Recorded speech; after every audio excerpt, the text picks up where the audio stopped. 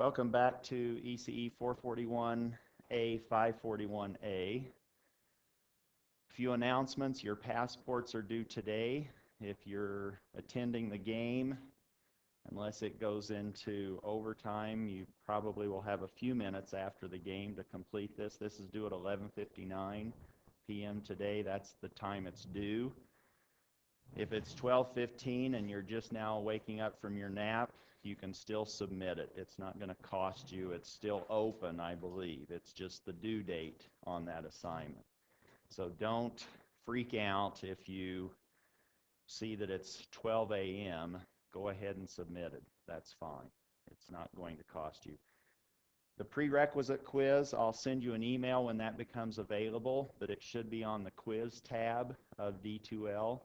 And I would like for you to work on that on your own without any help from friends. It's not going to cost you points if you get 0 on that quiz. It's going to cost you brownie points if you don't do it. So doing it is to your benefit. What you score on it is not important. It's important for me to see where we're at relative to the average collection of students gathered in this classroom as far as your prerequisite knowledge. That's the purpose of that. Homework number 1 is due in 2 weeks. That's the 12th of September, and I believe, again, that should be due at 11:59 p.m. And you may not have everything you need right now to work on that. So maybe that was a good thing that I didn't have it available to you last night. You may have just become frustrated saying, well, we haven't covered it, we haven't covered it.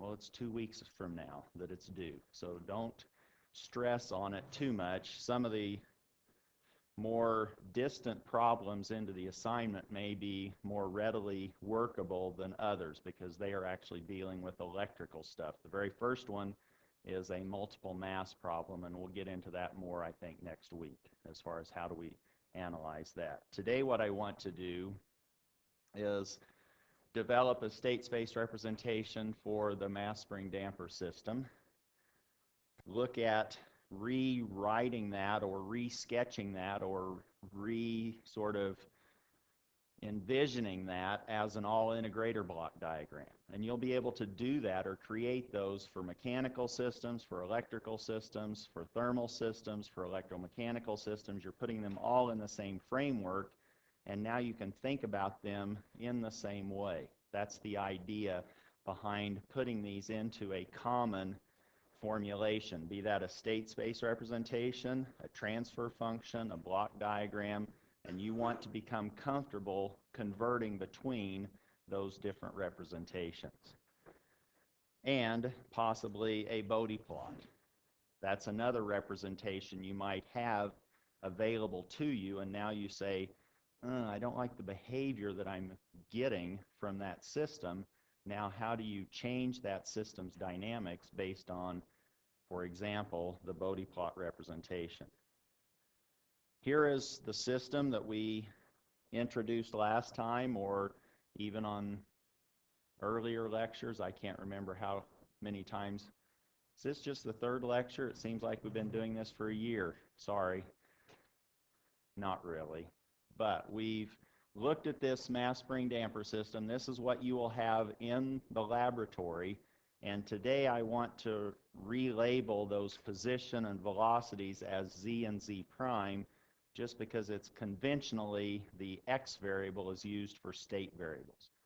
And so that you don't get confused, I'll try to keep z and z prime as position and velocity in this particular discussion today. We have our damping coefficient B associated with the dash pot. We have our spring constant K.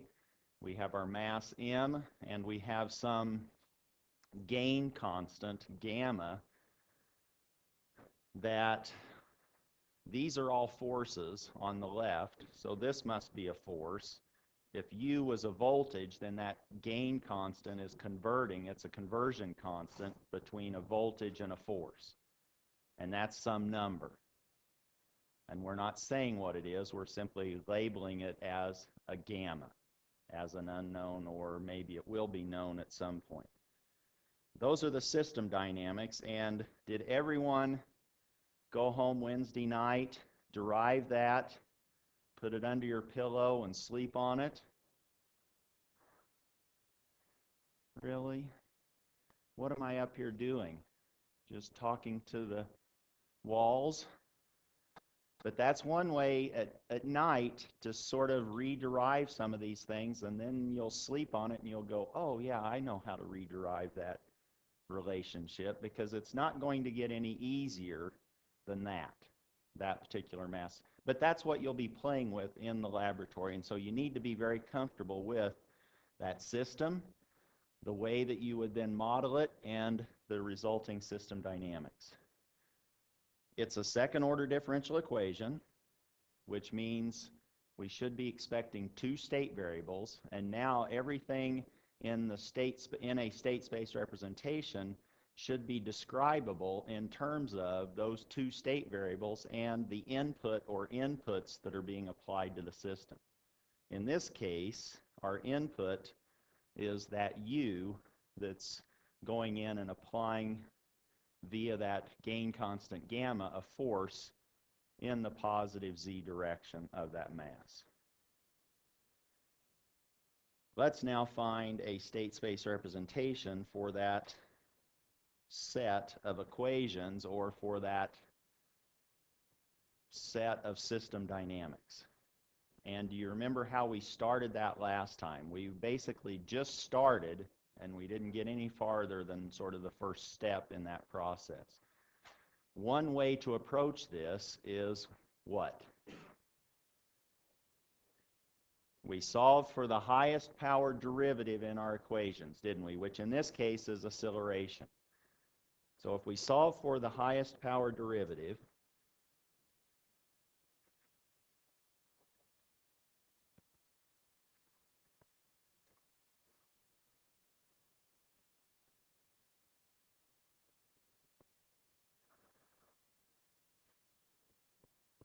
that will give us then an equation related to z double prime, or the second time derivative of position with respect to t.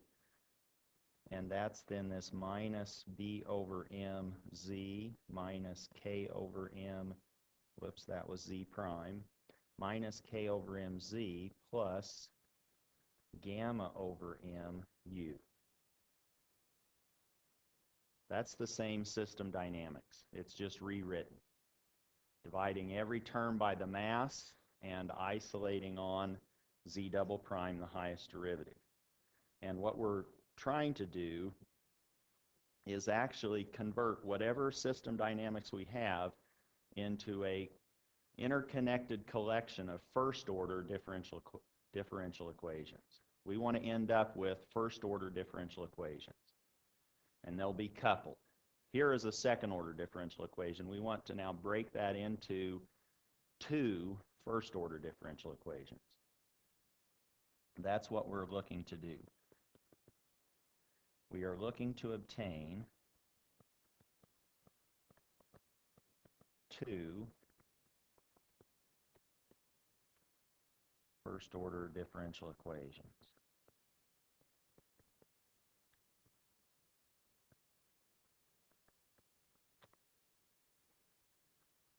And here's where my x's come into play, and I'll have subscripts. The first thing we want to do, well, if we're looking for two first order differential equations, let's define two state variables. Let's go ahead and let the first state variable, which I will label as x sub 1, let's let that be the position.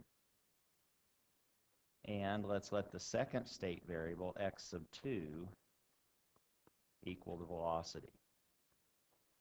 And what we're trying to do in a state space representation is actually find equations for x1 prime and x2 prime.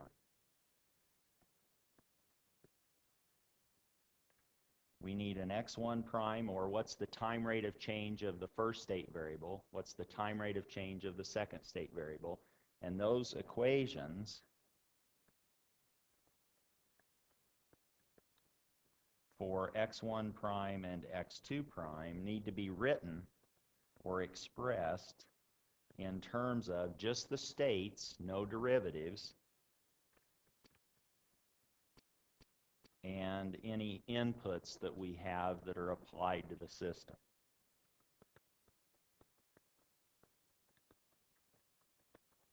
In this case, for example, u of t. These are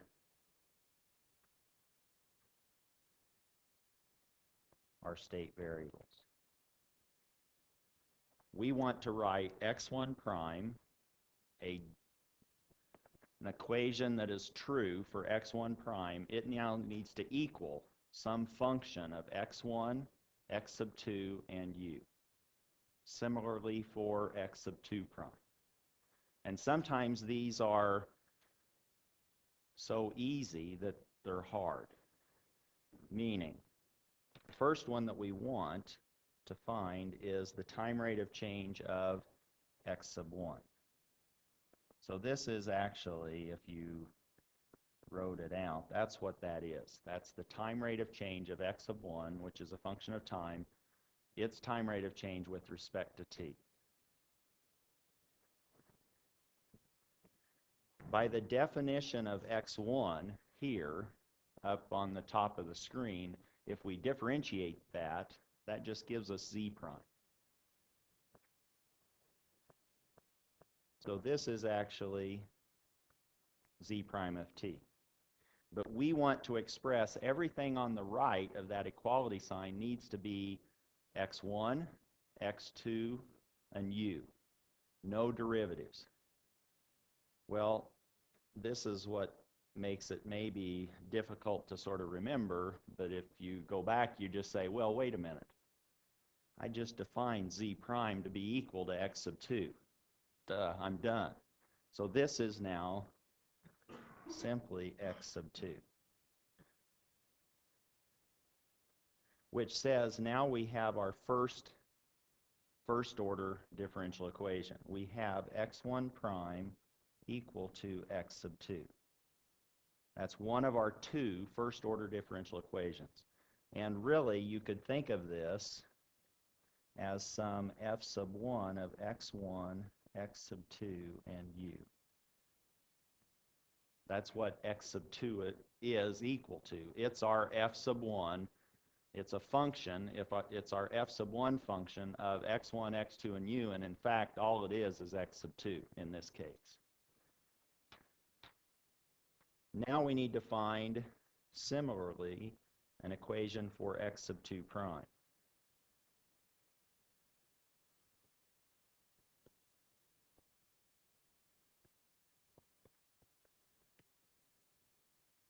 We go back to what we defined x sub 2 to be. That was z prime. We differentiate that, and that now becomes z double prime. But we already know what that is. We solved for that in the very first step. That's this linear combination of velocity, position, and input. And we know what the velocity is, z prime. We defined that to be x sub 2. We know what z is, that was our position, and we defined that to be x sub 1. And u is simply our input. So we now have a way of expressing that acceleration in terms of our state variables and the input. And that's what we wanted in this x2 prime equation. We can now say that this is minus, well, yeah, let's go ahead and keep it in the same structure, minus b over m x sub 2 minus k over m x sub 1 plus gamma over m u. And again, I hope you can see that that 2 could be called a different function, f sub 2, which is the right-hand side of our x sub 2 prime equation. But in this case, f sub 2 is a little bit more interesting or has more information in it, maybe, than the first f sub 1 equation. And this is then, well, do I box it? It's a lot of box, isn't it? But you can sort of say it's really just the left piece, x2 prime, and the right side, minus b over m x sub 2. That's your second state equation. This now can give rise to, in general,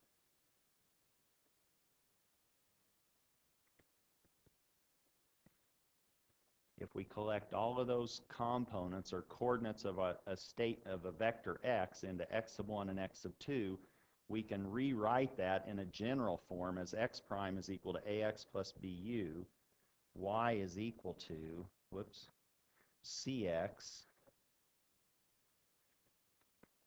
plus du, where this combination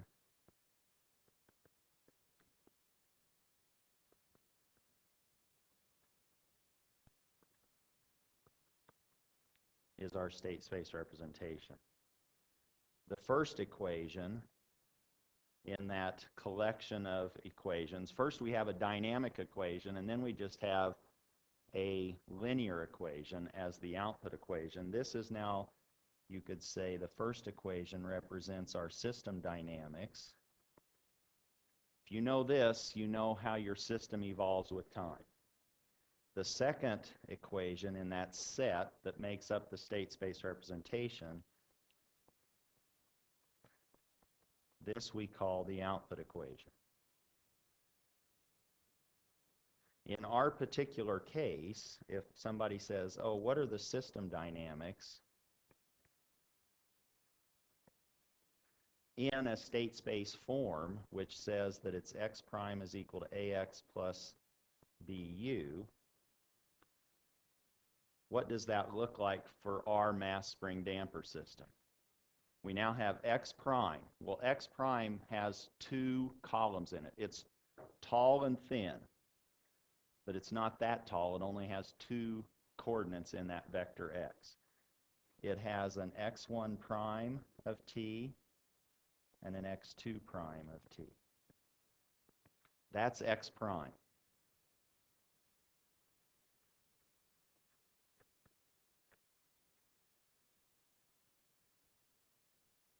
Then we have something, an A matrix times our state vector plus another matrix B times our input vector, which in this case is a 1 by 1 vector. It's a scalar u of t. Now we simply need to fill in the elements or the entries in these matrices. And the matrices need to be compatible with the vectors that have been created to create this state space representation. We know that whatever happens on the right-hand side, it better give rise to 2 rows and 1 column. That's what the left-hand side is. The right-hand side needs to be the same. Well, here's a 2 by 1. What matrix times a 2 by 1 will give us a 2 by 1? A 2 by 2. So now we know that there's going to be 4 entries in that A matrix. This is our A matrix.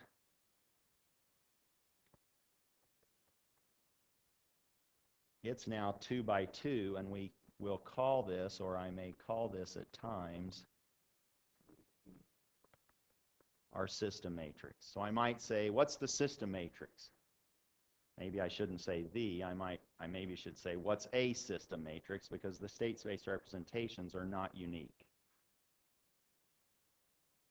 What are these 4 entries in our 2 by 2 system matrix A? Based on these 2 boxed relationships.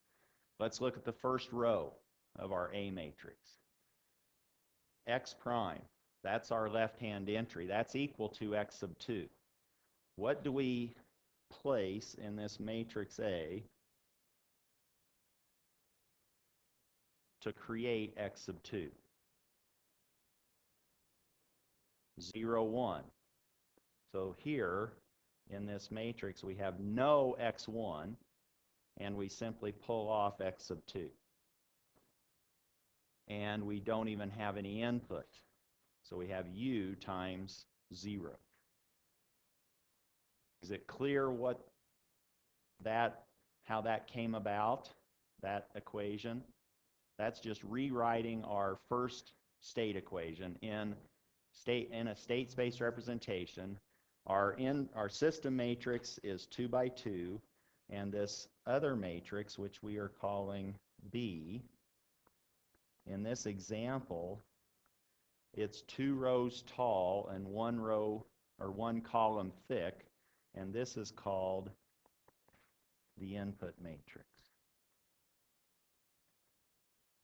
If you had a second input in this system, then your input matrix B would still be 2 rows tall, but it would be 2 columns wide. It would be a 2 by 2 matrix, your B matrix. A lot of times in this class, we will only have one input, but that's not the generic case. You could have 6 inputs. Then B would be 2 by 6. Is that clear?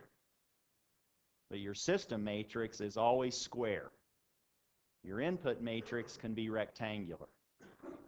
Your system matrix, your A matrix, is always square because it takes your state vector, which is n rows tall, n as in Nevada, like UNLV.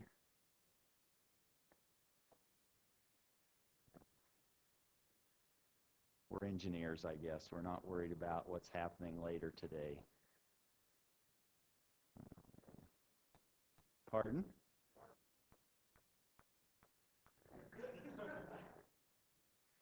All right, there's a control issue, isn't there? So the comment was, we are concerned about the game tonight because it impacts parking. Did it impact parking this morning at 8? Really? Oh, that's true if you're parking in a special spot. I'm sorry for that. Hopefully, obviously it allowed you to still get here. I'm grateful for that. Okay, thank you for putting forth the effort to get to class today. If you're online, thank you for showing up. Maybe it'll be Saturday at 11 and you're watching some other football game. Maybe it's still our game in overtime. Exciting game. Where were we? Oh, system matrix and input matrix. Now we need to complete the second row of this state space representation of the system dynamics. And we simply need to go back to this equation that we created or that we rewrote in terms of our state space variables and input. We now have minus b over m times x sub 2.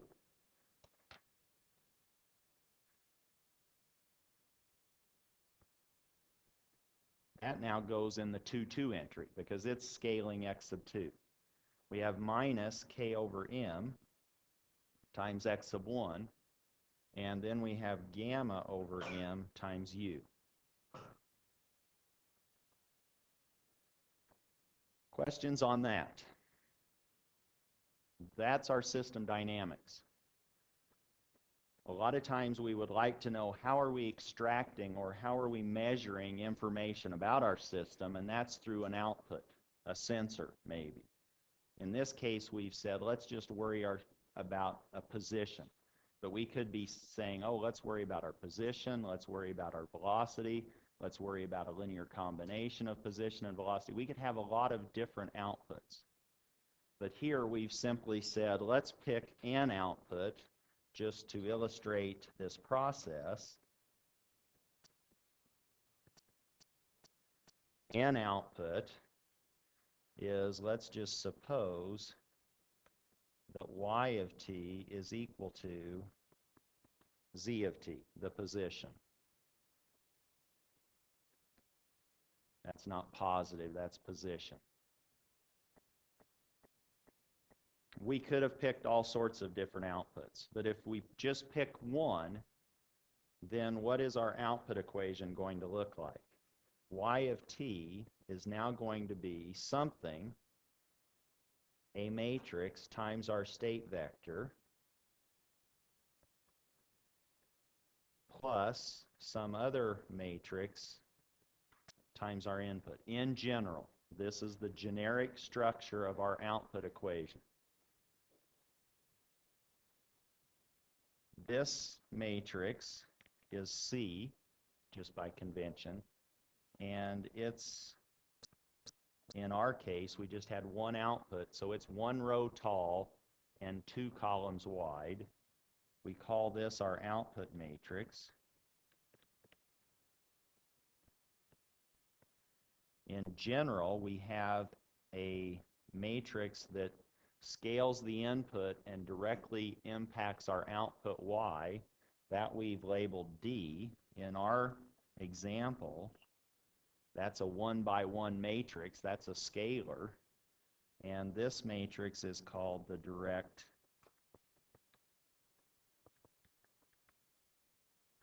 feed-through matrix.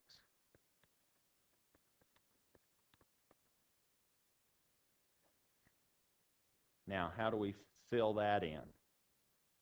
We have to simply remember how we had defined Z, the position in the original system, in terms of our state variables, x1 and x2. And how did we define Z? That was simply x sub 1. Now we need to make y equal x sub 1 out of all these matrices times these vectors. And that's not that difficult. We simply pull off x1, don't put any x sub 2 in there, and don't put any input in there either. That's our output equation. Now we have a state space representation. It's this dynamics with this output for our generic mass spring damper system that's over in the lab. You now have a second order state space representation that all you need to know would be K, B, K your spring constant, B your dash pot coefficient or your damping coefficient, your mass, and a gain constant between your input and the system. And then you have it modeled. All right, time for a quiz. Question. Suppose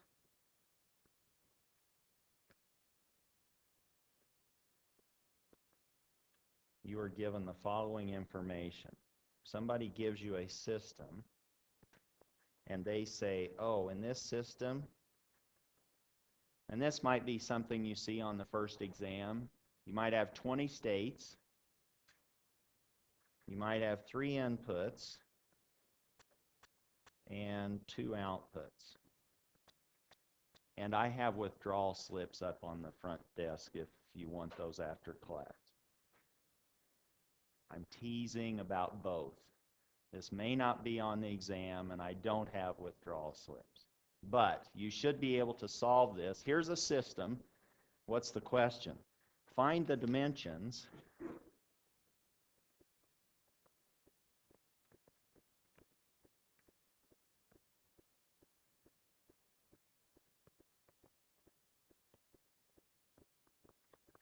for A, B, C, and D. Now that could be on the exam, right?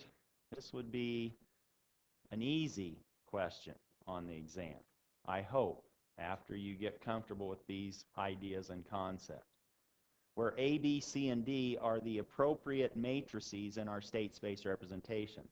A is the system matrix, B is the input matrix, C is the output matrix, and D is the direct feed-through matrix. We want to know what are those matrices dimensionally. So I could say A is R by something, B, and I'm sort of putting these in the appropriate location of where they live in your state space representation.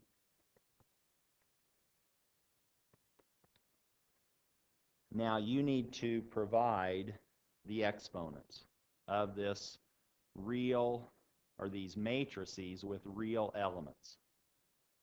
So R says, oh, you're pulling from the real number system and you're creating matrices with real numbers. That's what that R means. And now you need to know how big is that, or each of those matrices. And you should be able to answer that based on, well, I'm going to run out of space, but I think I've squeezed it all in. This data. You now have a system that has 20 states, 3 inputs and 2 outputs. How big is A as a matrix? What else do you know? If you can't figure out how big it is, what property does A have? It has to be square, doesn't it? It has to be the same number of rows as columns.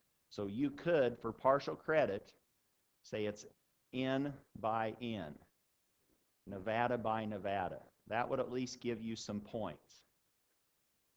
Because you could say A is square. Please give me some points. Right? But what are those dimensions on A?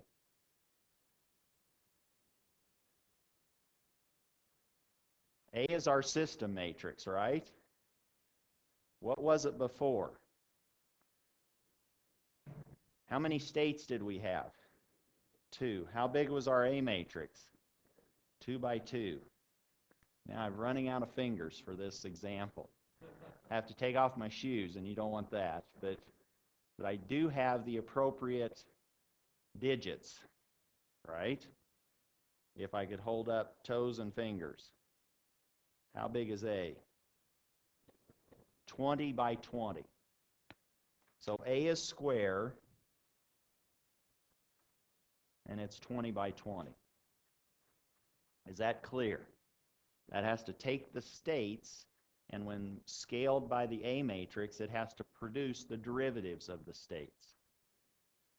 And the states are 20 by 1 as a vector, and their derivative is 20 by 1. A is 20 by 20.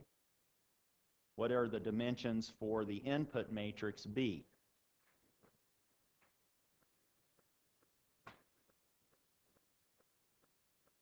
It has to have 20 rows. It has to be the same height as your state vector, x prime, or its derivative, x prime. So B is 20 tall in terms of rows, and it has to have as many columns as you have inputs, because you're now multiplying each of these columns in B by one of your inputs. And you only have 3 inputs. B is now 20 by 3. Is that clear? And now you can visually start to see these shapes. A is square, 20 by 20. B is rectangular. It's tall and thin. What is C dimensionally? How many outputs do we have? 2.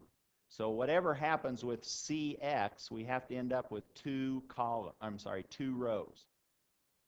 We need 2 rows in the product of C times X.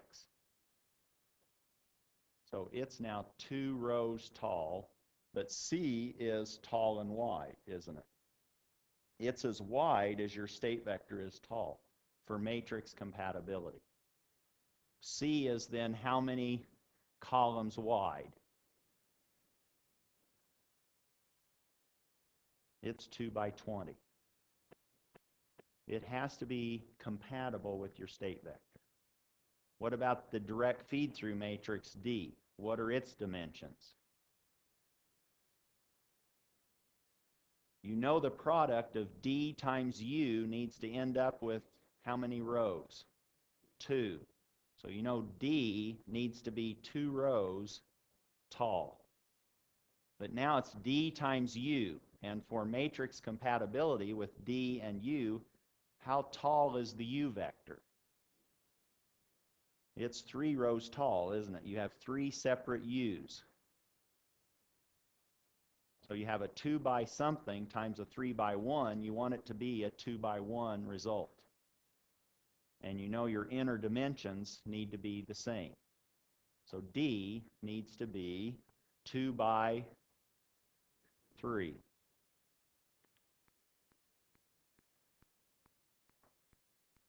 Is that clear? All right.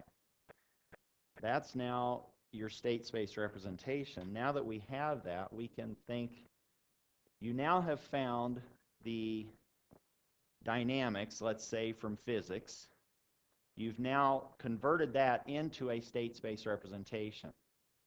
Maybe you say, oh, I want to play with this in the lab. And maybe this state space representation was modeling a airplane, a 767. Ooh, I can't fit that in the lab, but maybe I can simulate that with analog hardware. I don't want to do it with a computer. I want to do it with analog circuitry. Well, that's where this all-integrator block diagram comes into play. You can now integrate these differential equations, these first-order differential equations, and produce the output y if you inject the appropriate input u into the system. And you can now model this airplane on your lab bench. So how do we do that? Let's now talk about this all-integrator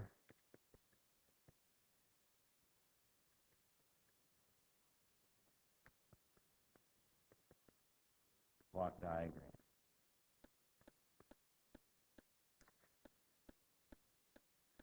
And we want to sketch that for our, where is it? Our mass spring damper system. You now have this as a picture of the physical diagram. You have this second order dynamic relationship. You can now put this on some index cards and sleep on that as your state space representation, as another way of thinking about this mass spring damper system. We want to now put that into an all-integrator block diagram, so that we want to integrate those derivatives and have those integrals spit out or yield the position and the velocity. So we want to integrate the velocity and the acceleration to produce the velocity and the position. If that's the case, how many integrators do we need for this second order system? We just need 2. So now in this all-integrator block diagram for our mass spring damper system, we simply need 2 integrators. So let me sketch those.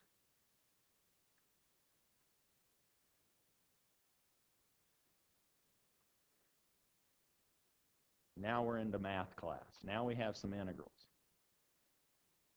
What do? Well, the outputs of these integrators we want to be our state variables.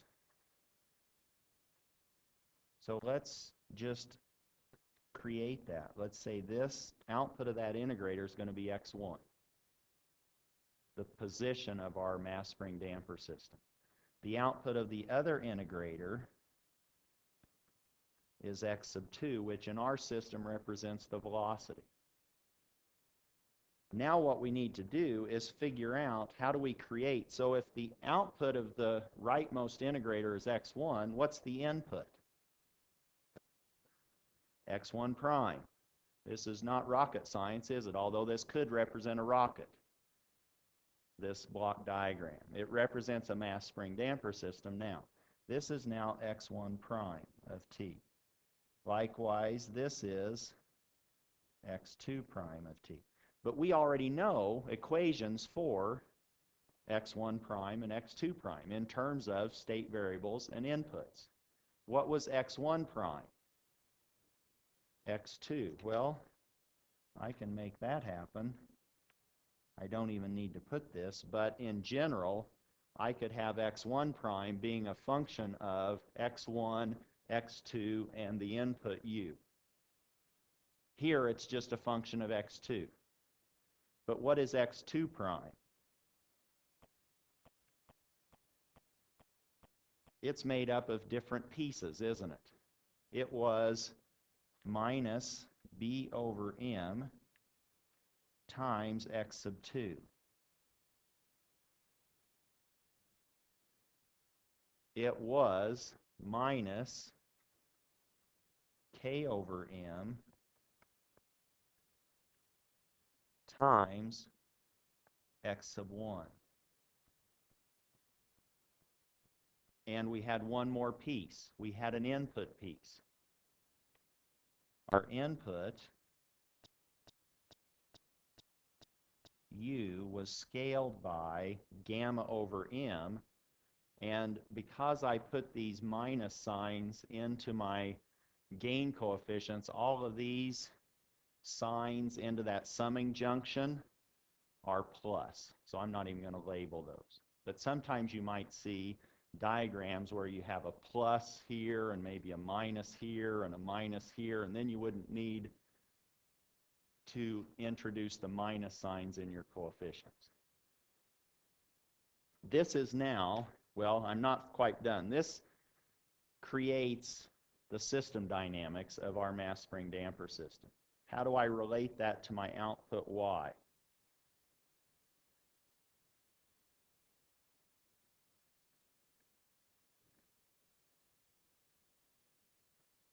In general, my output Y could be a linear combination of X1, so I could have a gain here. I could have another gain that maybe takes X sub 2 and feeds that in to create some of Y. I could have some of U, not U, but the input U of T with another gain to create, to add up to sum to Y of T. And this is now my generic block diagram, all-integrator block diagram. What are in those blue boxes? Let's say the rightmost blue box. What's in there? Y of T was just X sub 1, wasn't it? This has to be a 1. The other two boxes, I didn't even need to introduce those signals or those pathways. And I really wouldn't have even had to have this gain block of 1 and this summing junction. I could have just relabeled that entire line and said that's Y, which is X1 of T.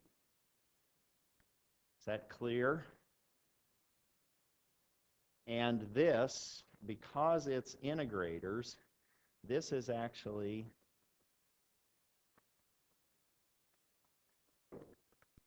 in the time domain, isn't it? An all-integrator block diagram is a time domain representation.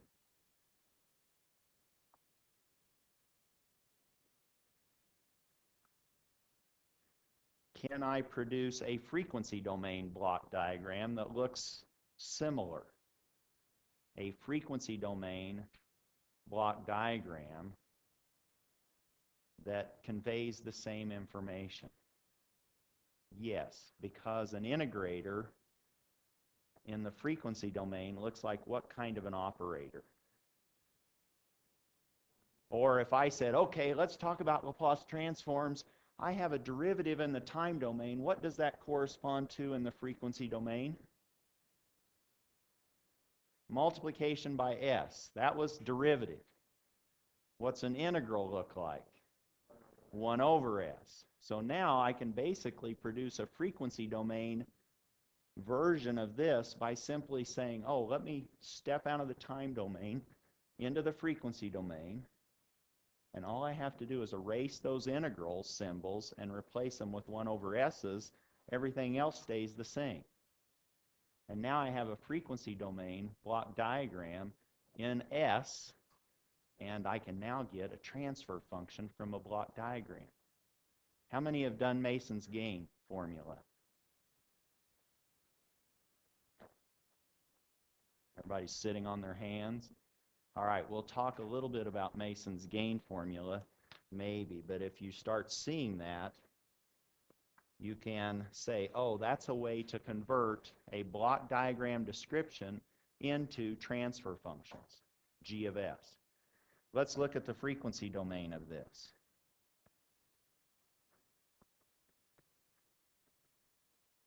Meaning if I gave you on an exam, which I don't think I'm going to, but if I was so nice as to say, here's an all-integrator block diagram, give me a frequency domain block diagram equivalent, you could go, yes. And you could get out your eraser and erase the integrals and put 1 over s and you're done. That's all we're doing here. Now we have 1 over s.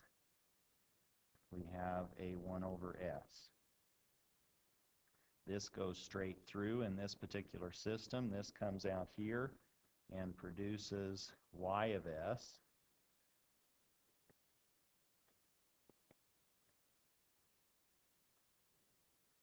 This is now capital U of s.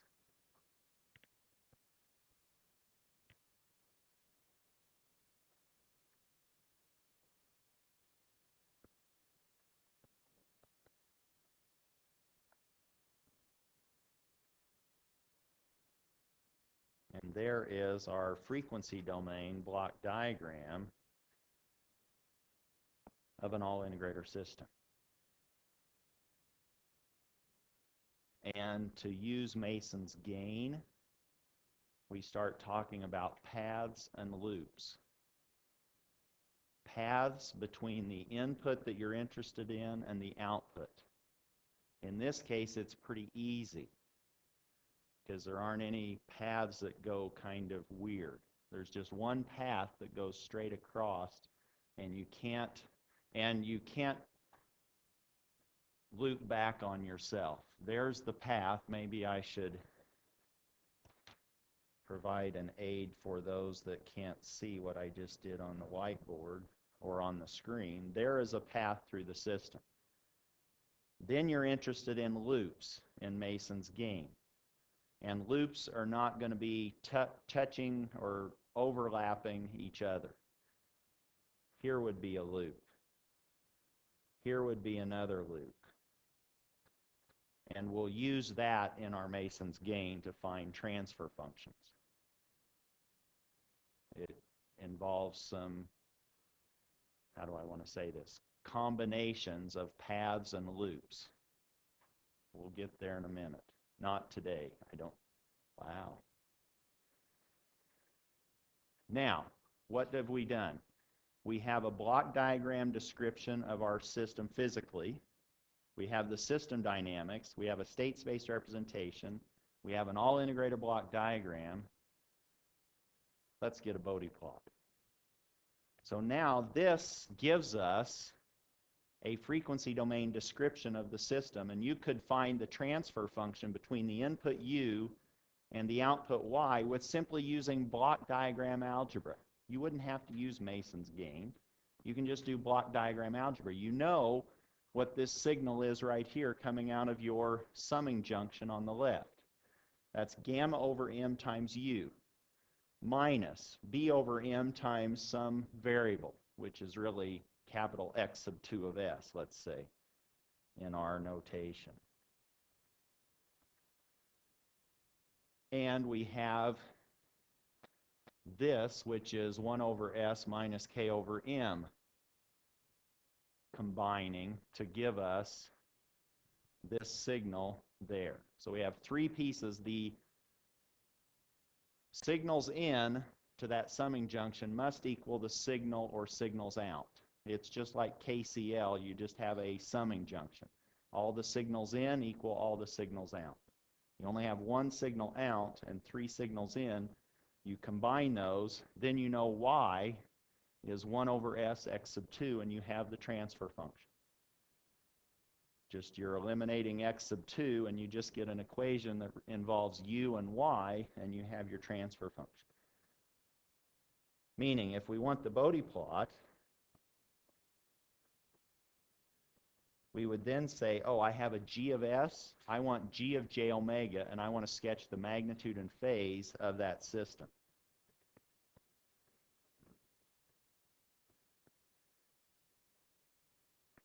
And what you need to start getting comfortable with is the idea that you can obtain that transfer function from, I just very quickly tried to explain how you might be able to do it from the block diagram. You can also obtain that from your state space representation, and you could Laplace transform your differential equation and find your transfer function for your system. Can we go into overtime? Then if we did, we could start thinking about this G of S, but what's the frequency response of this mass spring damper going to look like? How many zeros do you, well, we didn't, did we ever derive the transfer function?